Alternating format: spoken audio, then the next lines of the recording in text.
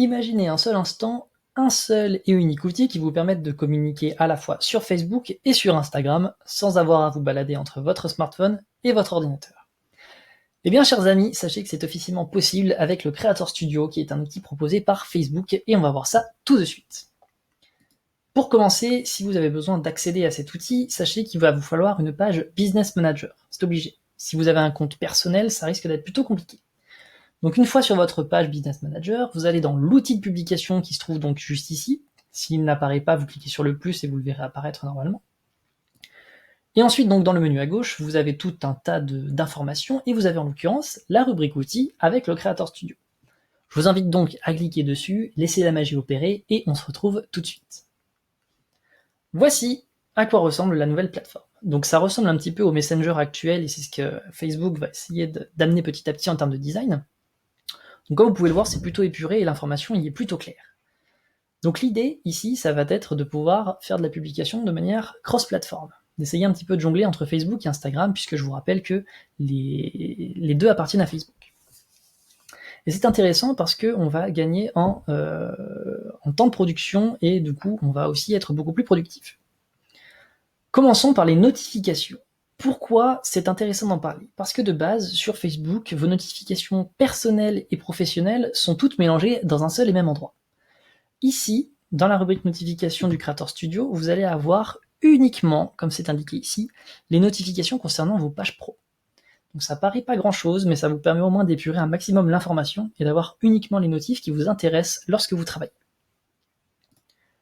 Ensuite, globalement, voilà à quoi ressemble un petit peu l'outil. Donc globalement, vous avez une page accueil sur laquelle donc, vous avez les publications récentes, vous avez les statistiques, vous avez un petit onglet publications sur lesquels on vous dit un petit peu donc qu'est-ce qui a été prévu pour ce mois-ci en termes de programmation, quels sont les brouillons actuellement sur la page, etc.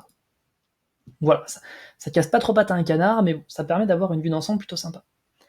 Ensuite, vous avez la bibliothèque de contenu. Donc ça vous donne un petit peu une overview, une vue globale, si vous voulez, de tout ce qui concerne les contenus actuellement sur la page. Donc vous avez les publications de manière globale, mais vous pouvez aussi voir ce qui est uniquement publié, ce qui est uniquement programmé, les brouillons, expirés, etc. Je vous invite à aller regarder un petit peu ce qu'il y a, c'est très clair, très précis, on ne se perd pas dans tout un tas de trucs chelous comme on peut se perdre sur Facebook en temps normal, donc là ils ont vraiment travaillé dessus, et c'est plutôt agréable. Vous avez aussi l'onglet statistiques. Alors lui, il est intéressant, mais j'ai un petit bémol là-dessus. Il ne concerne pour l'heure que la vidéo. Si vous voulez de la statistique ultra développée, comme vous pouvez avoir sur Facebook, sur Business Manager classique, il va falloir pour l'instant rester dessus. Parce que là, vous n'allez pas avoir de données concernant la page ou les posts de manière globale, ça va vraiment être que vos contenus vidéo. Et c'est dommage parce que en termes de visibilité et de data, vous avez des choses vraiment intéressantes avec les minutes de vue, avec du coup savoir un petit peu la provenance aussi. Vous allez avoir ensuite un classement qui vous est proposé avec encore de la data supplémentaire, mais aussi et surtout des infos concernant vos audiences, les taux de rétention, etc. Donc ça c'est plutôt cool. En l'occurrence, je vais vous montrer un petit exemple en termes de rétention. Ça vous permet voilà, de savoir un petit peu l'origine de vos vues, les durées moyennes de vos vidéos, etc. Enfin les durées moyennes de vues, pardon. Et c'est plutôt bien fait, moi j'aime beaucoup. Voilà, le taux de rétention il est hyper intéressant parce que si vous cliquez sur les petits graphes ici par exemple, je prends la dernière vidéo qu'on a faite sur l'expertise SEO de Marie, on voit un petit peu du coup le comportement des gens face à la vidéo, et là en l'occurrence je remarque quoi? Je remarque qu'à compter de entre 12 et 18 secondes, ça y est, les gens commencent à décrocher, bam, on a un pic qui descend. Donc ça permet un petit peu de retravailler ces vidéos, essayer d'analyser et de prendre en compte pour la suite. Une fois encore, c'est vraiment cool. C'est vraiment cool. Ensuite, vous avez l'outil boîte de réception que je trouve très intéressant parce qu'il va, une fois encore, trier l'information entre Facebook et Instagram. Mais une fois encore, tout est possible de faire via cet outil ici. Vous avez les messages concernant vos pages perso sur Messenger, l'outil vraiment classique, mais aussi la possibilité de faire de la modération sur vos posts Facebook via l'outil Creator Studio. Comme vous pouvez le voir, je peux répondre et commenter en direct, etc., voir un petit peu tout ce qui s'y passe en termes de notifs. Et ça va être la même chose sur Instagram. Je vais pouvoir commenter mes posts et je vais pouvoir répondre aux messages privés. Voilà. Ça mange pas de pain, mais je trouve ça plutôt bien fait et c'est très très cool une fois encore. C'est vraiment conçu pour vous faciliter la vie au maximum en fait. Donc voilà, vous avez aussi la possibilité, hop, je bouge ma petite tête parce qu'elle me dérange. Tac. Vous avez aussi, voilà, puisqu'on est sur un outil dédié à la vidéo, vous avez aussi des banques de sons qui vous sont proposées.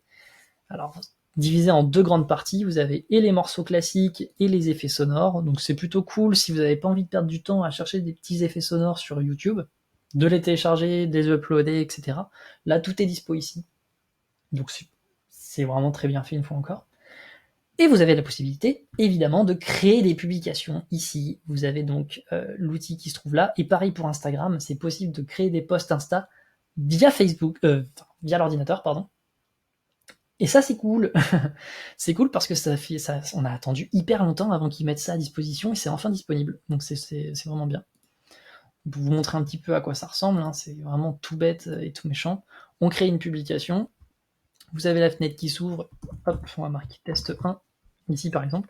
Et vous avez donc, comme l'éditeur classique, si je peux dire, toutes les possibilités de formats qui sont disponibles ici.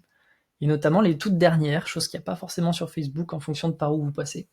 Donc là, vous avez par exemple les carousels, les diaporamas, etc. Et c'est vraiment très pratique.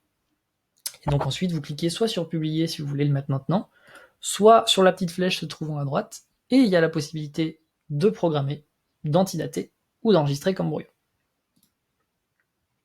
Voilà, c'était pour un petit peu la vue globale de l'application. J'ai bon espoir quand même de pouvoir vous faire une vidéo un petit peu plus complète, de façon moins rapide aussi sur le sujet, parce qu'il y a quand même des choses à dire. Donc j'ai envie de vous dire, stay tuned sur les réseaux Stank, parce que on va faire du bruit. Voilà.